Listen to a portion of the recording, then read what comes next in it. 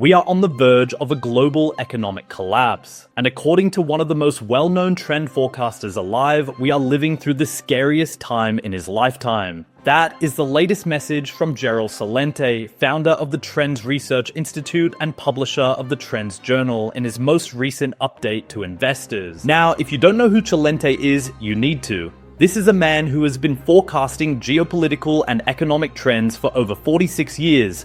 He called the 1987 stock market crash, he forecast the collapse of the Soviet Union, he predicted the 1997 Asian currency crisis, he warned of the dot-com bust in 1999, months before it happened, and nailed the timing to the second quarter of 2000. He forecast the 2008 financial crisis before most analysts even acknowledged the housing market was in trouble. And in 2001, before the September 11th attacks, he publicly warned that a wave of anti-Americanism was building globally and that the United States would become a major target. This is not someone who deals in speculation. He deals in pattern recognition.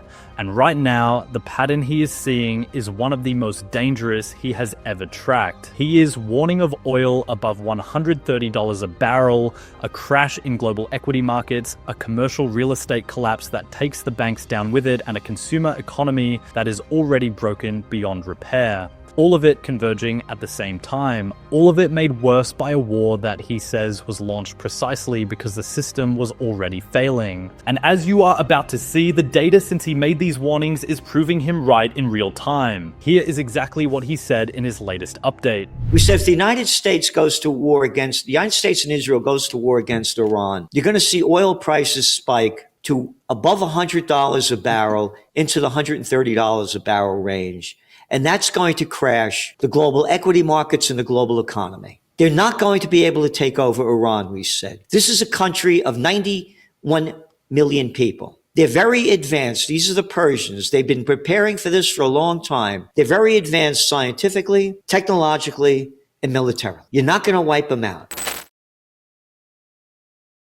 So there's Gerald Celente's latest warning. Now, here is why you need to pay very close attention to what he just said, because since Celente dropped that update 2 weeks ago, almost every single one of his warnings has started playing out in real time. Let's start with oil. When he gave this interview, Brent crude was trading around $90. He warned it would spike above $100 on its way to $130. As of this week, Brent has blown through $110, and the real-world price, the dated Brent price that actual oil transactions are priced on, just hit $144 a barrel. That is the highest level ever recorded since S&P Global began tracking it in 1987. This is not some future speculation. This is the actual cost of oil being delivered right now. His $130 call was not aggressive enough. Now, look at what that is doing to gas prices. The national average just crossed $4 a gallon for the first time since 2022. In California, drivers are paying nearly $6. In Los Angeles, stations are posting $7 a gallon. Diesel, which Celente specifically warned about because it moves everything in the industrial economy, is forecast to peak above $5.80 nationally this month. The EIA is warning that Middle Eastern producers have been forced to shut in up to 9 million barrels a day because the Strait of Hormuz is effectively closed. And the equity markets, exactly what he warned. The S&P 500 is down 4% on the year. The Dow, the S&P, and the Nasdaq have all broken below their 200-day moving averages. All three major indices are in correction territory.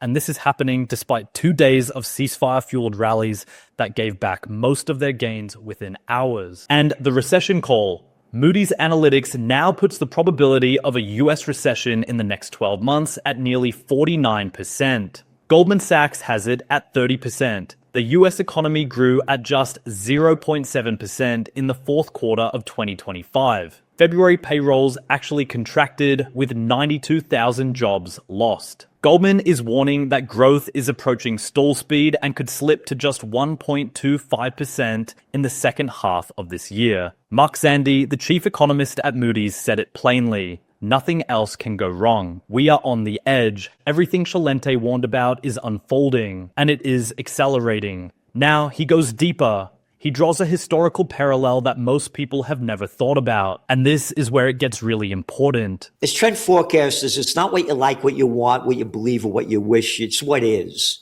I tell everybody, Google this up. The Great Depression was going on. Google it up. Franklin Roosevelt seizes Japanese assets. Google it up. You get history today. On July 26, 1941, President Franklin Roosevelt seizes all Japanese assets in America. You know why? Those dirty Japanese invaded French Indochina. Hey, wait a minute. French Indochina? You mean Laos, Cambodia, Vietnam? And what the hell do I care? I'm an American. The Dutch, the British, and the Americans cut off. Remember, there's the Great Depressions going on. 3/4 of Japanese export trade and 88% of their imported oil.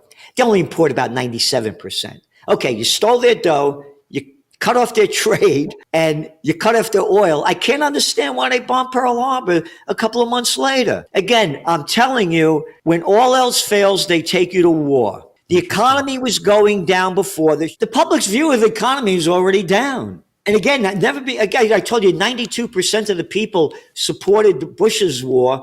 I mean, depending on who the numbers you're looking at, it's about 57% of the people are opposed to this war. The people are going broke. They call it a K-shaped economy. You know, a K at the top is the other people down by. Throw an F, a U, and a C in that K-shaped economy. Here, look at the numbers. The average age of first-time home buyers in America was 28 years old. You know what it is today? 40. 10% of Americans are responsible for 50% of all the spending in America. Every place I go to, every restaurateur I know, and I know a lot of them, they all tell me that business is down about 30%. And this is very important that nobody talks about. They destroyed it when they locked down the world with the COVID war in 2020. Nothing's come back. Nothing. Again, that's another trend that nobody's looking at. The office building bust. The vacancy rate is around over 20%. Vacant.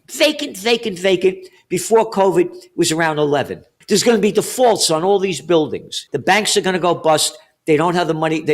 Keep the building. I don't have the dough to pay for it. You look at your office occupancy rate. Go to Castle Systems. That's around 50-something%. Again, this is serious stuff what's going on. But as I say, when all else fails, they take you to war. They get the people's mind off it.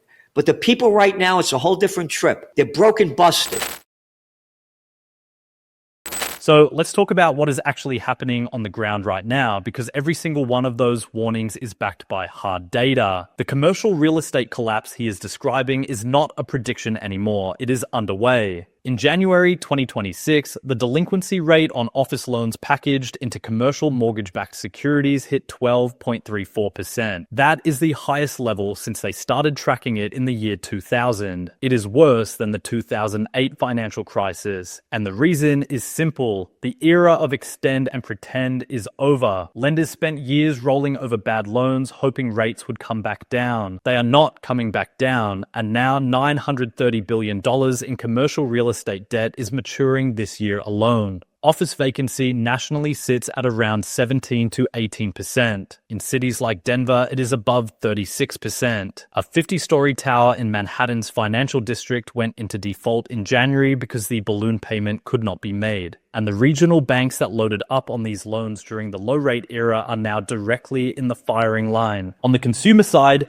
the numbers confirm exactly what Celente is saying. CNBC just ran a piece this week interviewing Americans at gas stations across the country. People in Los Angeles paying $7 a gallon. A contractor who moved from Virginia saying the price difference is insane. A retired woman in Nashville saying she would move out of town if she had to pay for her own fuel. 86% of Americans now say gas prices are their top financial concern. And Moody's Analytics confirmed that the wealthiest 10% of consumers now drive nearly half of all spending. The bottom half of the economy, according to Deloitte, is effectively already in recession. And then layer on the war spending. The Pentagon has asked for another $200 billion. Defense spending went from a proposed $500 billion cut in February 2025 to a $500 billion increase by February 2026. Meanwhile, the national debt just crossed $39 trillion. Goldman Sachs is warning that the Fed's hands are tied because they cannot cut rates to stimulate growth without fueling inflation that is already being pushed higher by the oil shock. This is the trap. and Celente saw it coming. Here is where he lands when he puts it all together. Let's go back to February of 2025. President Trump said he was going to cut the defense budget by $500 billion. Let's go back to February 2026. He said he was going to increase the defense budget by $500 billion. Again, the more money we spend on this, the deeper our economy goes down. And again, what's going on in Europe, look at the price escalation of what's costing them there with fuel and energy. It's off the charts. Let's go back to what war has America won since World War II? Let me know. Couldn't beat the Vietnamese, couldn't beat the Afghans, lost in Iraq. You're going to beat the Persians? Ain't no way, ain't no how. My greatest fear is nuclear war. Again, look up the Samson option, SAMSON. Israel says if they lose, they go nuke. And there's more and more talk about it. And again, I'm concerned about a false flag event that will unite the people like they did with 9/11. Scary times. Yeah, the scariest of my lifetime, right in front of everybody's eyes. And that there's no major peace movement going on. Hey, listen to me, I'm the president. Here's my State of the Union address, all right? Hey, most states, the price of a gallon of gas is $2.30. Of course, it wasn't. It was $2.92. But anyway, that was the State of the Union address a couple of weeks ago. What is it now? Google it up. Well, on Friday, it was $3.91 a gallon. This is going to destroy the economy. When Celente said gas would destroy the economy, it was $3.91. Today, the national average is $4.16 and climbing. In some states, it is approaching $6. The IEA has warned that this crisis could be more severe than the oil shocks of the 1970s. Analysts at Macquarie Group have said that if this war lasts through June, oil could spike above $200 a barrel. Iran just downed a US fighter jet. A rescue operation had to be launched inside Iranian territory. And the ceasefire announced this week is already fraying, with Iran accusing the US of violating the agreement within hours. The scariest time of his lifetime. And this is a man who has been tracking global crises since the late 1970s. He called the crashes, he called the busts, he called the wars, and right now he is telling you that everything he has seen in 46 years of trend forecasting does not compare to what is unfolding today. Oil at record levels, gas above $4 and rising, equity markets in correction, commercial real estate defaults at all-time highs, a consumer that is already tapped out, recession odds approaching coin flip territory, $39 trillion national debt, and a war in the Middle East with no end in sight. The question is no longer whether the pressure is building. The question is what breaks first. Stay informed, stay prepared, and make sure you are subscribed because this situation is moving fast and we are tracking every development as it unfolds.